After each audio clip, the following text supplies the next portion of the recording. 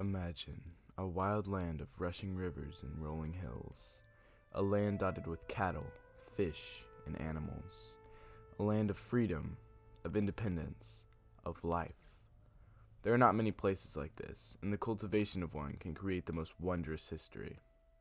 One such land is known by many names, some calling it the Wild Fields or the Wild East, and some calling it the Eurasian Steppe, or more simply, the Steppe. The steppe is a flat grassland that spans almost endlessly, covering a sizable portion of Asia and Eastern Europe. It stretches almost a fifth of the span of the earth, from modern-day Hungary all the way to China. It has been the hub for a plethora of stories, histories, and civilizations.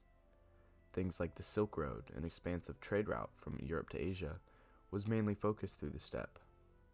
Civilizations and empires have arisen en masse throughout its histories, such as the Scythians, the Huns, the Mongols, and the Cossacks. The Cossacks were a legendary group of warriors, countrymen, and adventurers, whose strong history should be recognized throughout the ages. Living in the western part of the Eurasian steppe, in modern-day Ukraine, they influenced much of Eastern European history and culture, and were huge political assets at their peak. However, the steppe they called home had a bloody, despair-filled history. In the 15th century, the Golden Horde, a remnant of the Mongols, began to dissolve. One people that came out of this was the Tatar tribe. These Tatars would soon raid nearby villages and towns, murdering or gathering all of the people to be sold as slaves to the Ottoman Empire's huge successful slave trading market. This became such a widespread and dangerous practice in the area that the people had no choice but to migrate away to safety. Borders were constantly redrawn, villages were ransacked, men, women, and children were killed.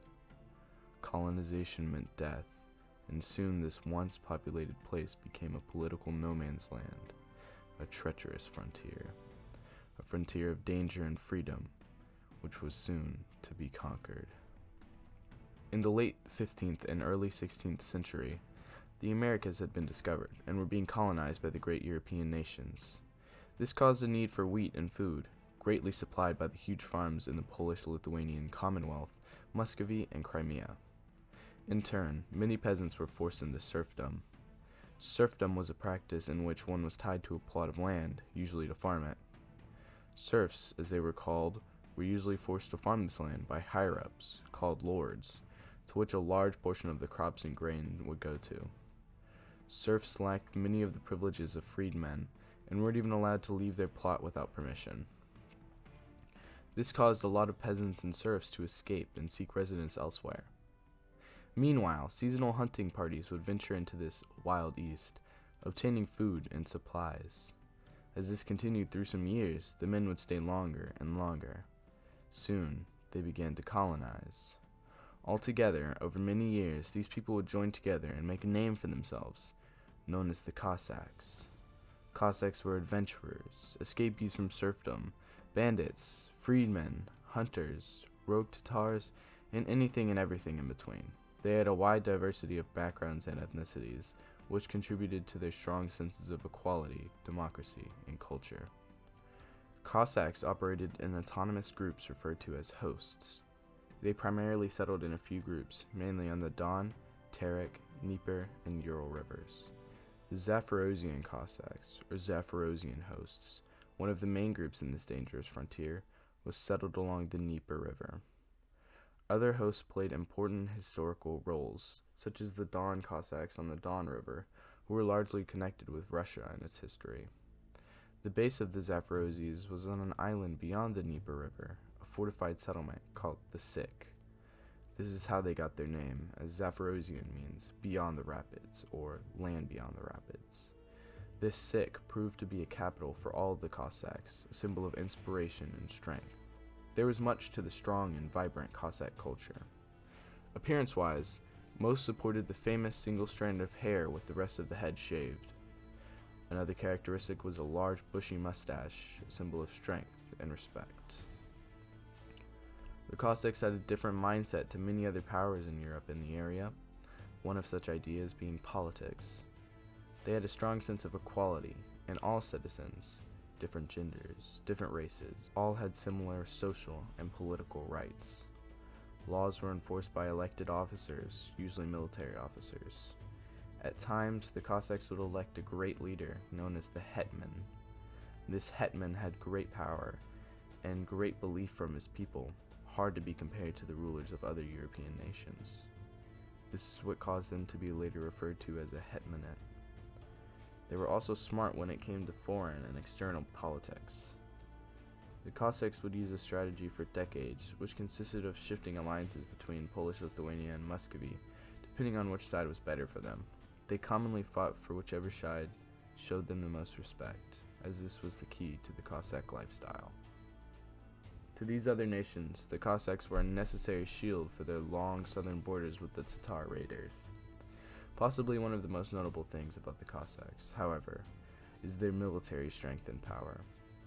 They were extremely notorious on horseback, and originally were some of the best sailors. They often raided cities along the Black Sea, even reaching as far south as Anatolia. Their strong religious views guided them through war and politics. As in the past, the Polish had driven them farther into the steppe due to the Cossacks' non-compliance to convert from their orthodox ways. This lawless land of rebels began to unsettle the leaders of the Polish-Lithuanian Commonwealth. This mindset and the Poles' constant attempts at oppression and integration of the Zaporozhian hosts built up a very tense environment between the two. Over the span of the late 16th century and throughout the 17th century, Polish Lithuania was plagued with revolts from the Zaporozhians. All Cossacks began to come together in a revolution led by Bogdan Khmelnytsky, famously known as the Khmelnytsky Uprising.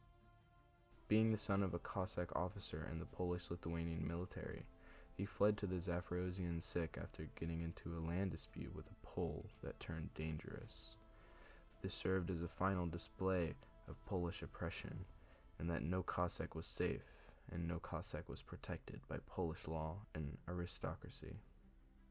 Rising through their ranks and being elected by the people as hetman in 1648, he proved himself a great leader and politician. Khmelnytsky made an alliance with the Tatars in Crimea on their southern border, joining together to form a great army. They destroyed Polish-Lithuanian forces in two grand battles, which sparked the popular uprising throughout Ukraine and Polish-Lithuania. As the years of religious and social oppression backfired on the Poles, oppressed peasants began supporting the Cossacks and participating in the rebellion. Khmelnytsky had now expanded the Cossacks' territory from their narrow strip in Zaporozhye to the great lands of modern Ukraine. Much struggle ended in a Cossack retreat, which after poor diplomacy negotiations from the new Polish king led to a different turn of events. Khmelnytsky signed an agreement in 1654 at the town of Pereyaslav. It consisted of an alliance with Russia under Tsar Alexei Mikhailovich, which led them to enter war with Poland as well. The war continued for the following years, ending in a stalemate after Khmelnytsky's death in 1657. The replacing hetman, Ivan Vychovsky, signed the Treaty of Hadiak, which finally severed ties with Moscow.